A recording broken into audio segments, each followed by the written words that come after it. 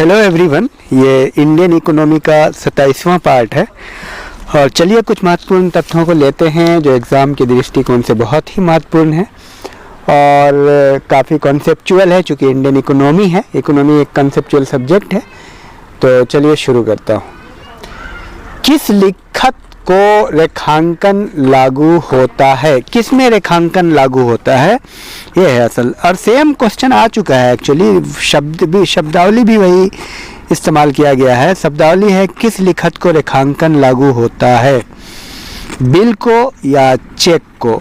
अब इसका सही उत्तर आप करेंगे। और खुदरा बैंकिंग के अंतर्गत किसे एक ऋण नहीं माना जाता है? अब आपको मैं ऑप्शन देता हूँ, कार ऋण, आवास ऋण, वैयक्तिक ऋण, या कार ऋण, आवास ऋण, वैयक्तिक ऋण, मूलभूत सुविधा ऋण। सब पूछे हुए प्रश्न है, हर एग्जाम में पूछे जा रहे हैं, तो इसको बहुत अच्छे से आप लिखें, याद करें। आरटीजीएस लेने देने के लिए निर्धारित न्यूनतम और अधिकतम सीमा क्या होती है, ये है। तो मैं आपको उत्तर बताता हूँ ऑप्शन। न्यूनतम सीमा 10 लाख, अधिकतम सीमा 100 लाख, या न्यूनतम सीमा 2 लाख, अधिकतम सीमा कोई नहीं। तो ये है। और आगे बढ़ते हैं।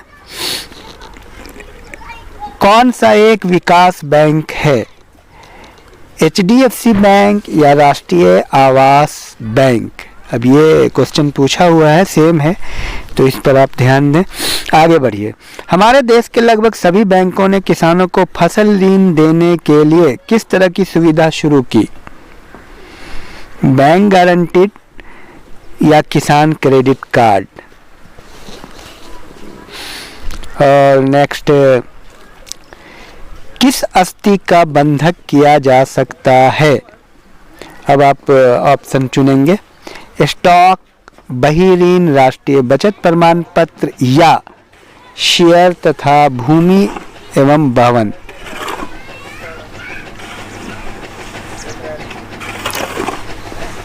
किसका किया जा सकता है बंधक? ये है सही आंसर। मैं फिर से बताता हूँ, राष्ट्रीय बचत प्रमाण पत्र या भूमि तथा भवन, किसको बंधक में लिया जाता है? नेक्स्ट, ये भी आ चुका है प्रश्न। टीजर ऋण क्या है? टीजर ऋण बैंकों द्वारा प्रभारित नियत ब्याज दर या बैंकों द्वारा प्रभारित अस्थिर ब्याज दर। और नेक्स्ट क्वेश्चन है, अशुद्ध ऋण का क्या अर्थ है? अशुद्ध ऋण किसी कंपनी को देय राशियां जिसका भुगतान 1 महीने में होने वाला है, या किसी कंपनी को देय राशियां जिसका भुगतान नहीं होने वाला है। बहुत महत्वपूर्ण है, पूछा हुआ प्रश्न है ये भी। और नेक्स्ट आप देखिए, कौन सा एक विदेशी बैंक नहीं है? एचएसबीसी, स्टैंडर्ड चार्टर बैंक, या आईएनजी वैश्य बैंक? कौन सा विदेशी बैंक नहीं है, उसको आपको सही आंसर पे टिक लगाना है। और बताइए, कौन सा एक विदेशी बैंक है जिसके कार्यालय शाखाएं भारत में हैं? यस बैंक या स्टैंडर्ड चार्टर बैंक? इस तरह के प्रश्न आते हैं। नेक्स्ट, बैंक की एक शाखा को एक ग्राहक से 100 रुपया का एक जाली नोट प्राप्त होता है जो ग्राहक वापस चाहता है। बैंक को क्या कार्यवाही करनी चाहिए? ग्राहक को नोट वापस कर देना चाहिए, या नोट परिबद्ध करना और वापस नहीं लौटाना?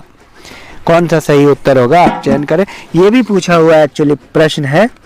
तो और इस तरह से आप जो है छोटे छोटे तथ्यों को अच्छे से आप देख लें और रिवीजन करें, बार बार सुने, तो इससे आपका कॉन्सेप्ट एकदम क्लियर हो जाएगा। Thank you very much.